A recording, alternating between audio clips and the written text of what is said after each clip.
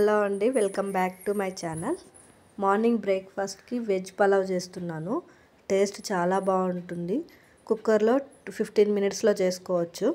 దీనికోసం అయితే ముందుగా ఒక కుక్కర్ తీసుకొని కావలసినంత ఆయిల్ వేసుకోవాలి.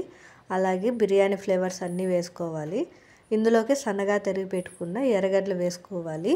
ఇలా ఎర్రగడ్డలు మెదిపేసి వేసుకున్నామంటే లేయర్స్ లాగా వచ్చి బాగా ఫ్రై అవుతుంది. ఇందులోకి ఒక 3-4 పచ్చిమిరపకాయలు కట్ చేసుకొని వేసుకోవాలి. అలాగే కొద్దిగా కరివేపాకు వేసుకొని లో ఫ్లేమ్లో ఎర్రగడ్డలని బాగా ఫ్రై చేసుకోవాలి. ఎర్రగడ్డలు కొద్దిగా కలర్ చేంజ్ అయ్యేంత వరకు లో ఫ్లేమ్లో పెట్టుకొని బాగా ఫ్రై చేసుకోవాలి. అది ఫ్రై అయిన తర్వాత క్యారెట్, బీన్స్, అలాగే ఉర్లగడ్డ, బఠానీ తీసుకున్నాను ఇక్కడ నేను. మీకు నచ్చిన వెజిటేబుల్స్, మీ దగ్గర ఉన్న వెజిటేబుల్స్ వేసుకోవచ్చు. వెజిటేబుల్స్ అంతా వేసుకొని బాగా మిక్స్ చేసుకోవాలి. అన్నీ ఒకసారి బాగా మిక్స్ చేసుకున్న తర్వాత ముందుగా ఒక 2 పెద్ద సైజు టమాటా ముక్కలను సన్నగా తరిగేసుకొని అవి కూడా వేసుకొని బాగా కలిపేసుకోవాలి.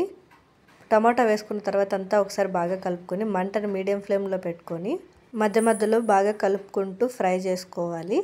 టమాటా ముక్కలు సాఫ్ట్గా అయ్యేంత వరకు ఫ్రై చేసుకోవాలి. టమాటా ముక్కలు కొద్దిగా సాఫ్ట్ అయిన తర్వాత ముందుగా దంచి పెట్టుకున్న అల్లం వెల్లుల్లి పేస్ట్ వేసుకొని ఒకసారి బాగా మిక్స్ చేసుకోవాలి.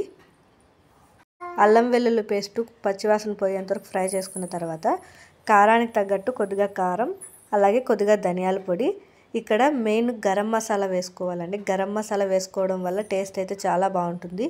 ఖచ్చితంగా గరం మసాలా వేసుకోండి. అన్ని మసాలాలు వేసుకున్న తర్వాత ఒకసారి అంతా బాగా మిక్స్ చేసుకోవాలి. పచ్చివాసన పోయిన తర్వాత కొద్దిగా ఉప్పు వేసుకొని 1 గ్లాస్ బియ్యానికి 2 గ్లాసులు నీళ్లు పోసుకోవాలి. నీళ్ళంతా పోసుకున్న తర్వాత ఒకసారి అంతా బాగా మిక్స్ చేసేసి నీళ్ళని బాగా మరగనివ్వాలి. ఇందులోకి కొద్దిగా సన్నగా తరిగి పెట్టుకున్న కొత్తిమీర, అలాగే పుదీనా కూడా వేసుకోవాలి. నీరు అనేది మరగడం స్టార్ట్ అయిన తర్వాత కొద్దిగా ఉప్పు ఏమైనా తక్కువ ఉంటే అడ్జస్ట్ చేసుకోవాలి.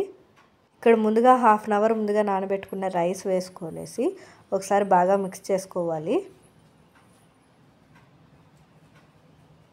మీకు ఏమైనా కొద్దిగా కారం తక్కువ అనిపిస్తే కూడా ఇప్పుడే కొద్దిగా కారం కూడా వేసుకోవాలి.